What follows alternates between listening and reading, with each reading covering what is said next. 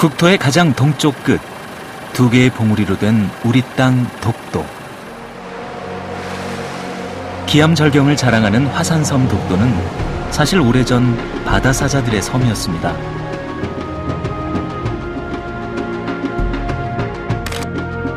영리한 동물로 알려진 바다사자는 일제강점기에 마구잡이로 포획당하면서 독도에서 완전히 사라지고 말았는데요.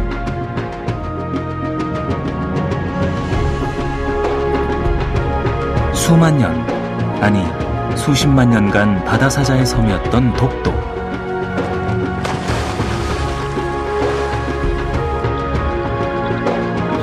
그 섬의 원주민이었던 바다사자의 절멸 과정을 지켜본 인간은 앞으로 무엇을 해야 할까요? 인간의 탐욕이 아니었더라면 지금도 우리 바다에서 자유롭게 논일었을 독도의 바다사자. 자연의 생명력이 살아 숨쉬는 땅 독도. 하지만 아픈 역사를 간직한 바다사자의 섬으로 함께 떠나봅니다.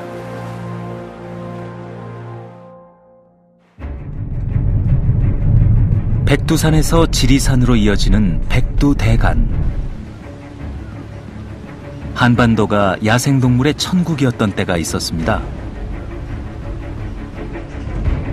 하지만 우리 사냐를 누비던 몸집이 크고 윤기 나는 털을 가진 최상의 포식자들은 이 땅에서 자취를 감춘 지 오래.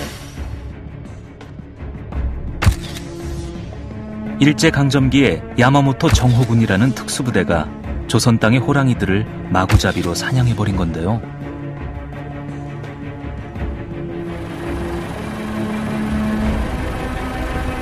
일제강점기 최상위 포식자의 멸종은 육지에서만 일어난 일이 아닙니다. 이 즈음 한반도의 가장 동쪽 끝 독도에서도 육지와 마찬가지로 바닷속 최상위 포식자 바다사자의 사냥이 본격적으로 시작되었습니다. 불과 10여 년 사이 일본 상인들에 의해 15,000여 마리가 마구잡이로 남획되면서 바다사자는 점차 자취를 감추게 되는데요. 그런데 이상한 일이죠. 멸종된 것으로 알려진 바다사자의 목격담이 최근까지도 이어지고 있으니 말입니다. 일광욕이라도 하려는 듯 바위에 앉아 휴식을 취하는 이 녀석. 그런데 정말 바다사자가 맞는 걸까요? 우리는 직접 바다사자의 흔적을 찾아 나서기로 했습니다. 안 되겠다. 안 되겠어. 파도가 심해 땅에 발을 딛는 것도 쉽지가 않았고요. 바다사자가 살았던 가제굴은 아무것도 말해주지 않았습니다. 폭설을 뚫고 도착한 일본. 그곳에서 우리는 바다사자의 슬픈 이야기를 전해들을 수 있었는데요. 고향인 동해가 아닌 일본 땅에서 박제로 만난 그들. 대체 무슨 일이 있었던 걸까요?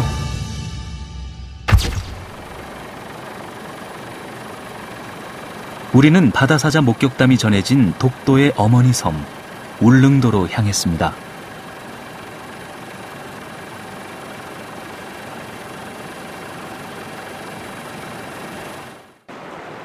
야, 미끄러우니까 조심하세요. 파도가 좀 있네.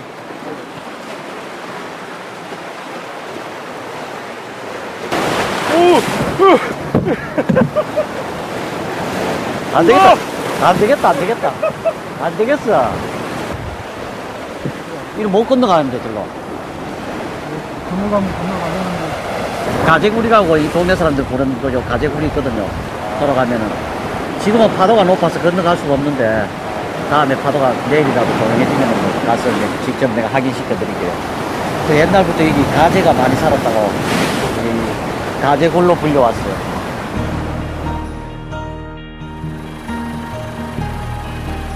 가재, 즉 바다사자가 살았던 굴. 파도 때문에 걸어서는 갈 수 없는 그곳에 과연 바다사자의 흔적이 있을까요?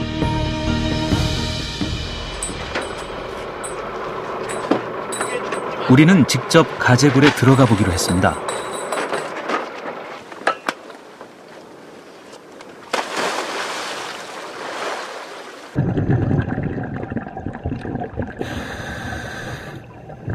굴로 향하는 깊고 좁은 통로는 물고기를 몰아가기에 안성맞춤인 곳이었는데요. 영리한 바다사자들은 이렇게 굴 입구를 막아서 물고기를 사냥하지 않았을까요? 가제굴에서는 전갱이 떼를 만날 수 있었는데요. 바다사자의 안식처였던 가제굴. 정작 그곳에 주인인 바다사자는 없었습니다.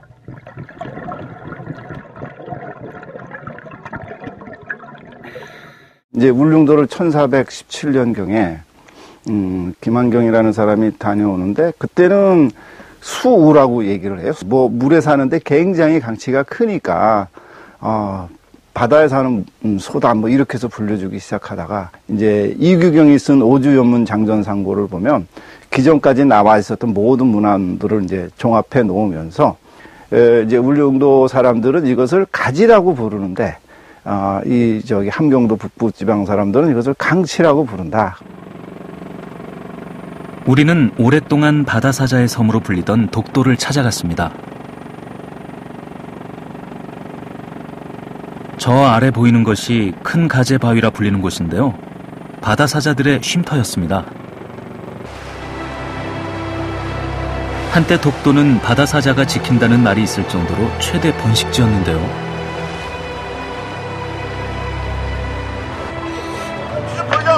혹시나 하는 기대를 가지고 우리는 독도 바닷속을 살펴보기로 했습니다.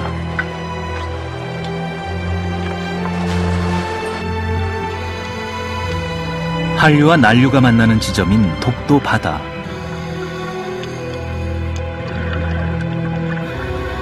물길을 따라 다양한 물고기들이 모여든 바닷속은 가히 보물창고나 다름없었는데요.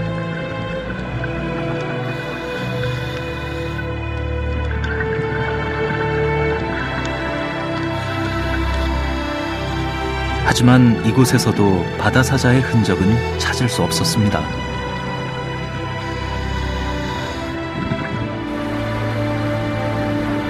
정말로 바다사자는 흔적도 없이 우리 곁에서 사라져버린 걸까요?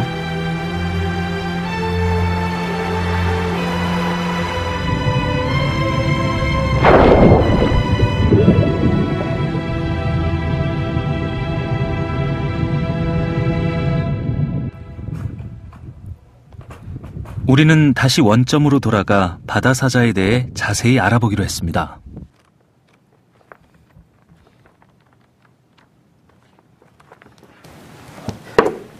여기 보시면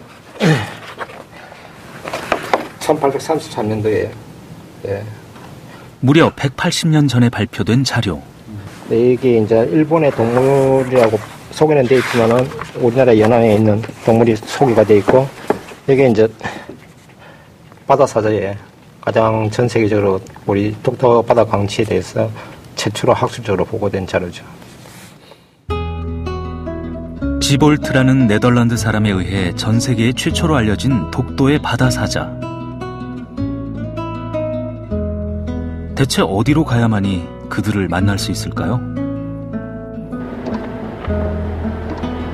우리는 독도 바다사자의 마지막 모습을 확인하기 위해 일본으로 향했습니다.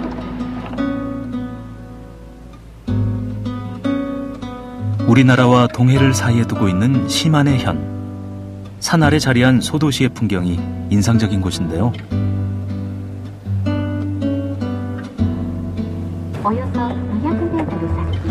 눈길을 달려와 도착한 곳은 시마네 현립 산배 자연관. 이곳에서 우리는 바다사자의 마지막 흔적을 찾아보려는 겁니다.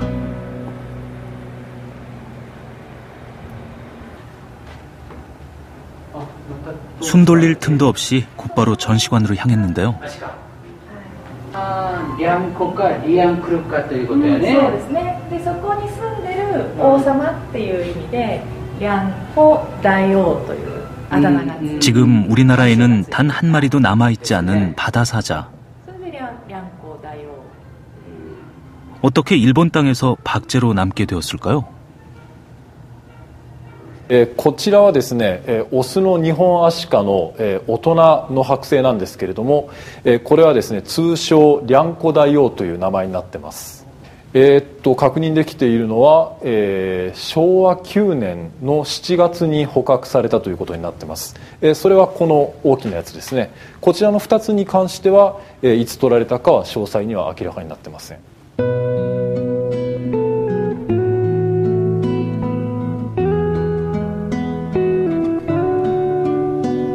독도를 터전으로 무리지어 살아가던 바다 사자들.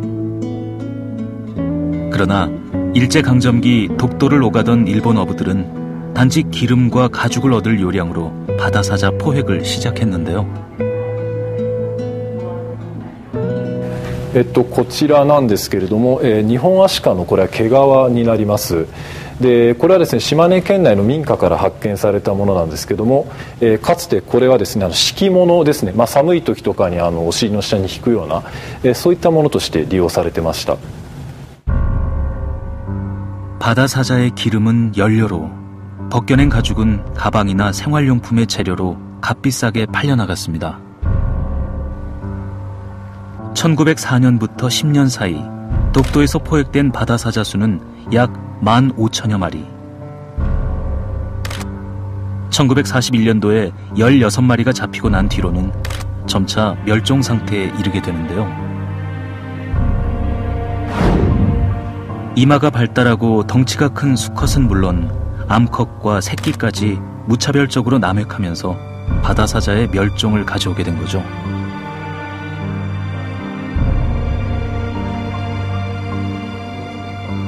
끔찍했던 그날의 기억을 몸으로 말해주려는 걸까요?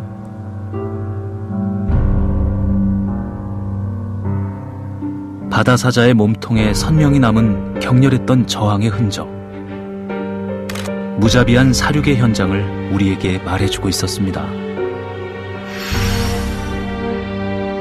바다 사자의 천국이던 독도 주변을 온통 붉게 물들였던 광기의 사륙. 아직 젖을 떼지 못한 새끼들도 피해갈 수 없는 무차별한 남획이 이어졌습니다.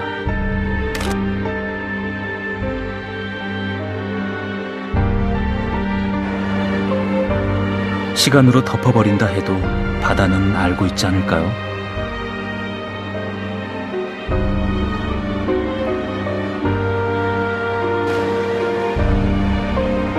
인간의 포악한 욕심이 아니었다면 지금도 독도는 바다 사자들의 섬이었을 겁니다.